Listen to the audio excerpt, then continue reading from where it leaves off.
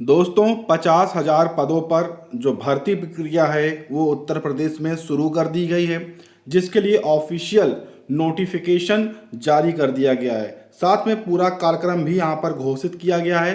तो इस वीडियो में हम आपको बताएंगे कि किस प्रकार से कौन कौन सी चीज़ें होने वाली हैं और किस प्रकार से ये 50,000 पदों के लिए पूरा कार्यक्रम घोषित किया गया है। तो अगर आप उत्तर प्रदेश में सरकारी नौकरी करना चाहते हैं तो इस वीडियो को देखिएगा ताकि आपको पूरी इन्फॉर्मेशन मिले। सबसे पहले आप इन नोटिफिकेशन को देख लें जो कि कार्यक्रम में सिलेबस से संबंधित है। उत्तर प्रदेश अधीनस्थ सेवा चयन आयोग के द्वारा 20 फरवरी को यह ऑफिशियल नोटिस कार्यक्रम सिलेबस के लिए जारी किया गया है, जो कि ये जानना आपको बहुत ही जरूरी है। जहां पर साफ तौर पर ये चीज़ें बताई गई हैं कि शासन ने पूरे परीक्षा कार्यक्रम को और साथ में आगे की जो भी प्रक्रिया है उसको मंजूरी दे दी गई है। ये जो शासनादेश जारी किया गया है वो यूपी ट्रिपल एससी के द्वारा जारी किया गया है। जी हाँ, यूपी ट्रिपल एससी के द्वारा ये पूरा कार्यक्रम जारी किया गया है।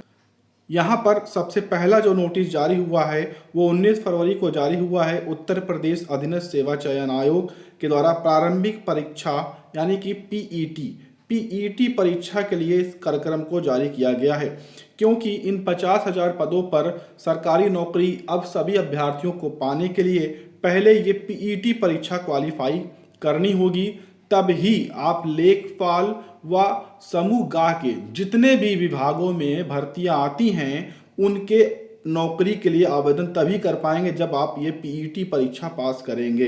अगर ये पीईटी सर्टिफिकेट आपके पास नहीं रहेगा या प्रारंभिक सर्टिफिकेट आपके पास नहीं रहेगा तो आप इस विभाग में इस आयोग के द्वारा आने वाली विभिन्न विभागों में समूह गा की कोई भी भर्ती में आप आवेदन नहीं कर पाएंगे। ये आप यहाँ से जान लें। तो ये जो कार्यक्रम है ये आपको बहुत ही अच्छे से समझना है। आप देखिए ये जो परीक्षा कार्यक्रम है यहाँ पर 100 प्रश्न पूछे जाएंगे। 100 प्रश्न बहुविकल्पी होंगे, ठीक है, जिसमें आपको एक प्रश्न होगा, 4 ऑप्शन आपको दिए जाएंगे। प्रत्येक प्रश्न 1 अंक का रहेगा। 100 पूर्णांक हैं यानी कि प्रत्येक प्रश्न लगभग 1 अंक का रहेगा। इस 100 प्रश्नों को करने के लिए आपको 2 घंटे का समय भी दिया जाएगा। जी हाँ, 2 घंटे का समय दिया जाएगा। एक पेपर आपका होगा जिसे आप एलिजिबिलिटी टेस्ट यानी कि पेट प्रारंभिक अर्हता परीक्षा, ठीक है, ये आप कह सकते हैं। तो ये प्रारंभिक परीक्षा आपको देनी होगी, जिसमें आपका नंबर 1 पर रखा गया है भारतीय इतिहास को। भारतीय इतिहास 5 अंकों का पूछा जाएगा, जिसमें आपके 5 अंक का है यानी कि 5 प्रश्न भी पूछे जाएंगे, जिसमें आपके सिंधु घाटी की सभ्यता, वैदिक संस्कृति, बौद्ध धर्म, गौतम बुद्ध, जैन धर्म, मौर्य वंश, गुप्त वंश, हर्षवर्धन और राजपूत काल से संबंधित यहाँ पर प्रश्न पूछे जाएंगे। साथियों, अगर आप इस वीडियो को पूरा देखेंगे तो पूरी जानकारी आपको प्राप्त होगी।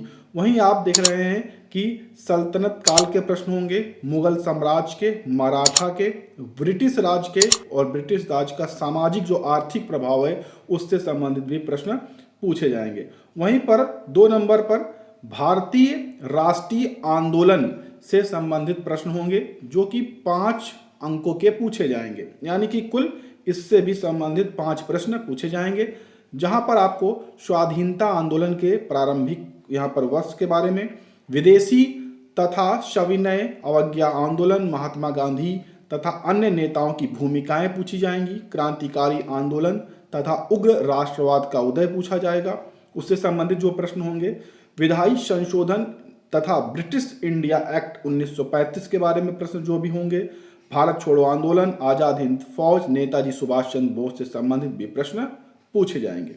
वहीं पर नंबर 3 पर अगर देखें तो भूगोल से संबंधित आपको 5 प्रश्न पूछे जाएंगे। तो 5 प्रश्न हैं, तो यानी कि यहाँ पर 5 अंक के यहाँ पर प्रश्न पूछे जाएंगे, यानी कि 5 प्रश्न ही रहेंगे, क्योंकि एक प्रश्न का 1 अंक आपको दिया जाएगा। जहाँ पर आपका भारत एवं विश्व का भौतिक भूगोल पूछा जाएगा, जहाँ पर ये सभी चीज़ें होंगी, जैसे कि नदियाँ, नदियों की घाटी, भूजल संसाधन, पर्वत पहाड़ियाँ, मरुस्थल, शुष्क क्षेत्र, वन, खनिज संसाधन, ऐसे प्रश्न रहेंगे। वहीं आपका भारत एवं विश्व का राजनीतिक भूगोल, जलवायु तथा मौसम, टाइम जोन, जनसांख्यिकीय परिवर्तन का प्रभाव, ये सभी प्रश्न आपसे पूछे जाएंगे। वहीं अब अगर चौथे नंबर पर बात करें तो भारतीय अर्थव्यवस्था के 5 अंक के प्रश्न पूछे जाएंगे, यानी कि इसके भी 5 प्रश्न रहेंगे, जहां पर आपका भारतीय अर्थव्यवस्था जो कि 1947 से लेकर 1991 तक के संबंधित कोई भी प्रश्न आपसे पूछे जाएंगे। योजना आयोग तथा पंचवर्षीय योजनाएं, मिश्रित अर्थव्यवस्था का विकास, निजी एवं सार्वजनिक क्षेत्र, हरित क्रांति, दुग्ध विकास, ऑपरेशन फ्लैट, बैंकों का राष्ट्रीयकरण तथा सुधार, वर्ष 1991 में आर्थिक सुधार तथा उसके बाद की अर्थव्यवस्था कैसी रही, 2014 के पश्चात के आर्थिक सुधार, चाहे वो कृषि सुधार हो, ढांचागत हो या श्रम सुधार हो, इनसे संबंधित प्रश्न पूछे जा सकते। फिर वहीं चौथे ही पॉइंट पर आर्थिक सुधार और जीएनटी के भी प्रश्न पूछे जाएंगे। 5 नंबर पर आपका यहाँ पर 5 अंक के प्रश्न होंगे, यानी कि 5 प्रश्न इसके भी पूछे जाएंगे, जो कि है भारतीय संविधान एवं लोक प्रशासन के प्रश्न यहाँ पर रहने वाले। भारतीय संविधान के अंतर्गत भारतीय संविधान की मुख्य विशेषताएं, राज्य के नीति निर्देशक सिद्धांत, मौलिक अधिकार एवं कर्तव्य, संसदीय प्रणाली, संघीय प्रणाली, संघ एवं केंद्र शासित प्रदेश, केंद्र राज्य संबंध, न्यायिक ढांचा, सर्वोच्च न्यायालय, उच्च न्यायालय, जिला प्रशासन और स्थानीय निकाय व पंचायती राज संस्थाओं के संबंधित सभी प्रश्न, लगभग 5 प्रश्न पूछे जाएंगे 5 अंकों के लिए। वहीं 6 नंबर पर देखें तो सामान्य विज्ञान, जी हाँ, सामान्य विज्ञान के प्रश्न पूछे जाएंगे 5 अंकों के, यानी कि इसके भी 5 प्रश्न रहने वाले हैं। इसमें आपके प्रारंभिक भौतिक विज्ञान, प्रारंभिक रसायन विज्ञान, प्रारंभिक जीव विज्ञान के प्रश्न लगभग पूछे जाएंगे। वहीं पर 7वें नंबर पर प्रारंभिक अंक गणित पूछी जाएगी, जो कि 5 अंकों की होगी, यानी कि इसके भी लगभग 5 प्रश्न पूछे जाएंगे। ये आपका बहुत ही महत्वपूर्ण है, यहाँ पर 5 के 5 अंक आप प्राप्त कर सकते हैं। पूर्ण संख्या, भिन्न तथा दशमलव, प्रतिशत, साधारण अंकगणितीय समीकरण, वर्ग एवं वर्गमूल, फिर इसके बाद यहाँ पर आपका देखिए घातांक एवं घात, औसत के प्रश्न पूछे जाएंगे। फिर साथियों 8वें नंबर पर सामान्य हिंदी के प्रश्न आपसे पूछे जाएंगे, जो कि 5 अंक के होंगे, यानी कि इसके लिए भी आपको 5 प्रश्न दिए जाएंगे। इसमें सामान्य हिंदी के अंतर्गत संधि, विलोम शब्द, पर्यायवाची, वाक्यों के लिए एक शब्द, लिंग, उसके बाद संस्कृत भिन्नार्थक शब्द, मुहावरे, उसके बाद यहाँ पर सामान्य शुद्धियाँ, लेखक एवं रचनाएं, गद्य पद की, ये महत्वपूर्ण, इससे संबंधित ज़्यादा प्रश्न पूछे जा सकते हैं। वहीं आपका सामान्य अंग्रेजी में जो 9 नंबर है सामान्य अंग्रेजी, इसके भी 5 प्रश्न होंगे, यानी इंग्लिश में भी 5 प्रश्न और 5 अंक इसके लिए आपको दिए जाएंगे। अंग्रेजी व्याकरण और अपठित गद्यांश पर आधारित, यानी कि पैराग्राफ वाले प्रश्न पूछे जाने वाले हैं अंग्रेजी में। उसके बाद 10वें नंबर पर जो आपको पूछा जाएगा वो तर्क एवं तर्क शक्ति, 5 अंक मिलेंगे, यानी कि 5 प्रश्न इसके भी होंगे, जहां पर आपको लघु, क्रम एवं रैंकिंग, संबंध, समूह से भिन्न को अलग करना, कैलेंडर एवं घड़ी, कारण एवं प्रभाव, उसके बाद कोडिंग, डिकोडिंग, संख्या तथा अक्षर, फिर यहाँ पर आपके कुछ कथन, विशेषण एवं निर्णय के शब्द पूछे जा सकते हैं।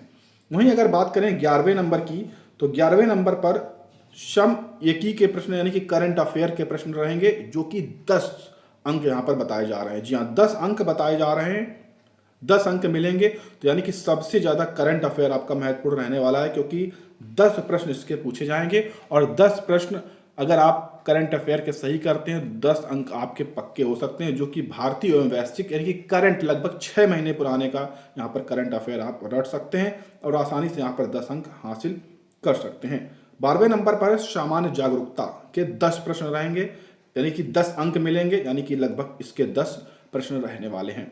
भारत के इसमें पड़ोसी देश, राजधानी और मुद्रा, भारत के राज्य तथा केंद्र शासित प्रदेश, भारतीय संसद, राज्यसभा, लोकसभा, विधानसभा, विधान परिषद, राष्ट्रीय एवं अंतर्राष्ट्रीय दिवस, विश्व संगठन एवं उनके मुख्यालय, भारतीय पर्यटन स्थल, भारत की कला एवं संस्कृति, भारत एवं विश्व के खेल, भारतीय अनुसंधान संगठन, प्रसिद्ध पुस्तकें एवं लेखक, पुरस्कार एवं विजेता, जलवायु परिवर्तन एवं पर्यावरण के प्रश्न इसके अंदर पूछे जाएंगे।